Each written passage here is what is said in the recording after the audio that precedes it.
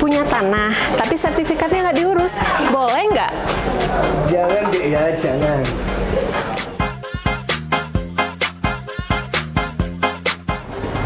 Mas, punya tanah tapi nggak dikasih patok, boleh nggak? Jangan dek ya, jangan. Mas, tapi kalau batas patoknya melewati batas tanah orang lain, boleh nggak? Jangan dek ya, jangan. Mas, mau balik nama tapi nggak ada akta jual beli, boleh nggak?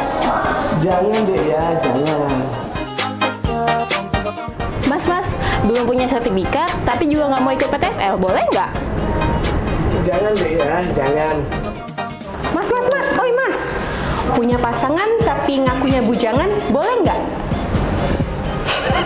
Jangan deh ya, jangan.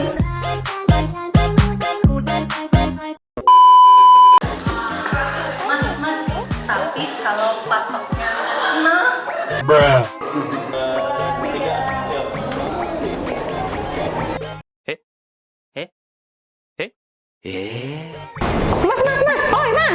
mas.